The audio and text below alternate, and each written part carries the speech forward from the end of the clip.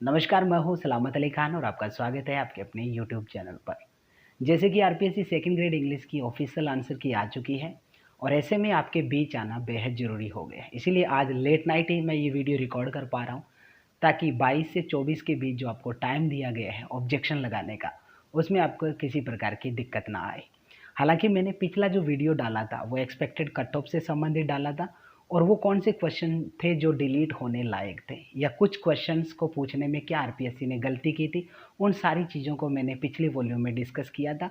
काफ़ी उनमें से क्वेश्चंस ऐसे हैं जो आरपीएससी ने डिलीट भी किए हैं, लेकिन कुछ क्वेश्चंस जो है वो डिलीट होने लायक अभी भी है, तो उन सबको हम डिस्कस करेंगे। फिलहाल हम देखते हैं कि आरपीएससी ने कौन कौन से क्वेश्चन डिलीट किए हैं, क्या वो डिलीट होने लायक है या नहीं है।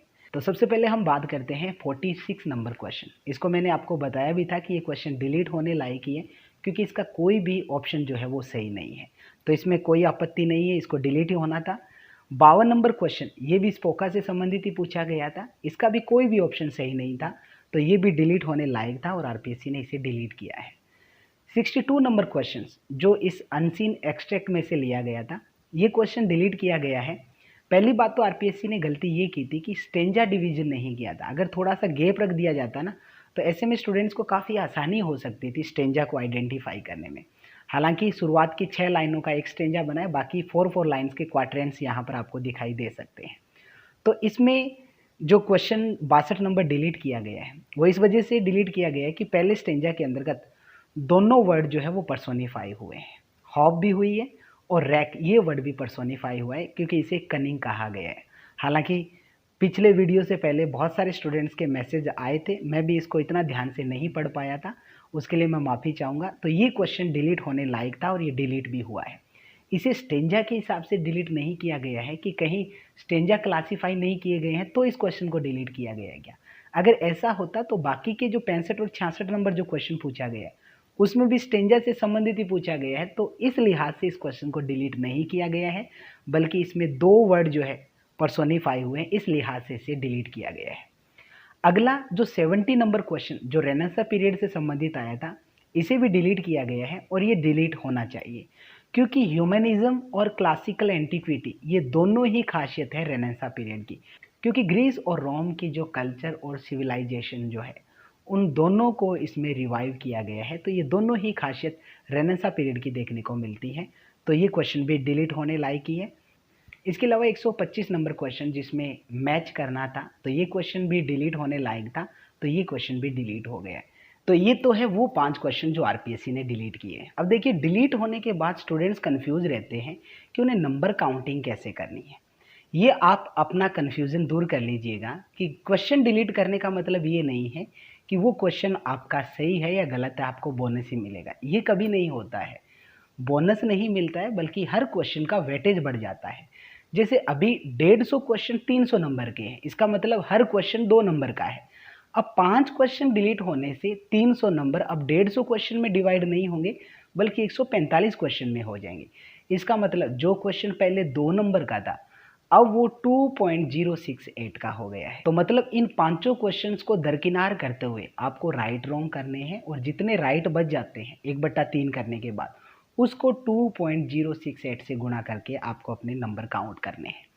तो ये 5 क्वेश्चंस तो डिलीट होने लायक हैं, इनको तो डिलीट किया ही जाना चाहिए। इसके अलावा कुछ और क्वेश्चंस हैं जिनको डिलीट किया जाना चाहिए। अगर आपके ये गलत होते हैं तो आप इन पे ऑब्जेक्शंस लगा सकते हैं।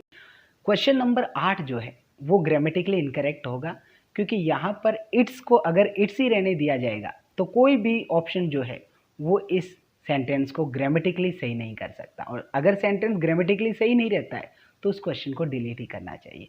तो ऑब्जेक्शंस में आप सीधा जो सिंटेक्स का प्रूफ दे सकते हैं कि ये सिंटेक्स जो है वो इनकरेक्ट है। इसके अलावा क्वेश्चन नंबर 26, इसकी लैंग्वेज इनकरेक्ट थी। हिम नाउ 2 बार दिया हुआ था, इसका मतलब क्वेश्चन ही जब गलत हो गया तो आंसर तो उसका कोई होना ही नहीं चाहिए। तो 26 नंबर क्वेश्चन भी डिलीट होने लायक है। इसके अलावा 29 नंबर क्वेश्चन माइकल स्वेन की बुक में से आप देख सकते हैं, ये स्ट्रक्चर ही इनकरेक्ट होती है। रूल नंबर 257 का सेकंड पॉइंट जब आप देखोगे तो ये रूल उसमें दिया हुआ है कि इस प्रकार से इन्वर्जन पॉसिबल नहीं होता है प्रोनाउन के साथ, तो आप वहाँ पर इसे देख सकते हैं। तो ये भी क्वेश्चन डिलीट होने लायक ही है, ये प्रूफ आप लगा सकते हो। इसके अलावा 40 नंबर क्वेश्चन, इसमें इन्होंने फाइंड्स को माना है। हालांकि इस क्वेश्चन को मैंने पहले ही डिस्कस किया था कि फाइंड्स ही करेंगे ज़्यादातर स्टूडेंट, लेकिन इसका आंसर सम है, क्योंकि एक नाउन फ्रेज का जो हेडवर्ड है वो एक नाउन भी हो सकता है, एक प्रोनाउन भी हो सकता है, और सेंटेंस में जो वर्ब आती है वो उस हेडवर्ड के अकॉर्डिंग ही आती है। तो ऐसे में अगर इस सेंटेंस में आगे वर्ब यूज की जाएगी तो वो फाइंड्स के अकॉर्डिंग नहीं आती बल्कि सम के अकॉर्डिंग आती है। तो सम जो है प्रोनाउन वो एक हेडवर्ड का काम करता है। और सम एक हेडवर्ड हो सकता है क्या, इसका प्रूफ आप देख सकते हो इस बुक में, इंग्लिश ग्रामर फॉर टुडे। इस बुक में दिया हुआ है, जोफ्रे लीच, मार्गरेट डॉचर और रॉबर्ट हंगिनराड की ये बुक लिखी हुई है। इस बुक में ये क्लियर लिखा हुआ है कि सम भी एक हेडवर्ड होता है। अगर सम को एक एडजेक्टिव के रूप में यूज किया जाता है ना, डिटर्मिनर के रूप में, तो वो वहाँ पे हेडवर्ड नहीं होता, उसके बाद दी हुई नाउन होती, लेकिन यहाँ पर तो एक प्रोनाउन के रूप में यूज हुआ है ये, तो इस हिसाब से इसका आंसर जो है वो सम होगा। इसके अलावा क्वेश्चन नंबर 135, जिसमें क्रिएटिव राइटिंग को सही माना है, जबकि इसके दोनों ही आंसर सही है। क्रिएटिव राइटिंग भी सही है, फ्री राइटिंग भी सही है। फ्री राइटिंग को ही क्रिएटिव राइटिंग कहा जाता है, और ये सोर्स आप इस बुक में से देख सकते हो। यहाँ पर आपको ये क्लियरली इसके बारे में एक्सप्लेनेशन मिल जाएगी। इसके अलावा 149 नंबर क्वेश्चन जो सिमेंटिक ग्रुपिंग का एग्जाम्पल पूछा था, वो इनमें से कोई सा भी नहीं है। सिमेंटिक ग्रुपिंग जो होता है वो कॉन्टेक्स्ट के आधार पर एक वर्ड का यूज देखा जाता है कि वो किस कॉन्टेक्स्ट में यूज हुआ है। ये जो आंसर आरपीएससी ने माना है ये लेक्सिकल ग्रुपिंग का ही एग्जाम्पल होता है। इसके लिए भी आप सोर्स के रूप में ये बुक लगा सकते हो जो आपको स्क्रीन पे दिखाई दे रही है। तो ये है वो क्वेश्चन जो डिलीट भी हो सकते हैं या चेंज भी हो सकते हैं। तो फिलहाल तो आरपीएससी ने जितने क्वेश्चन डिलीट किए हैं उस हिसाब से ही आपको नंबर काउंट करने हैं। अब जितने आपके राइट बचते हैं उनको 2.068 से गुणा करना है आपको, तब जाके आपके मार्क्स आपके सामने आएंगे। अब बात आती है एक्सपेक्टेड कट ऑफ में क्या कोई फेरबदल होगी या नहीं होगी।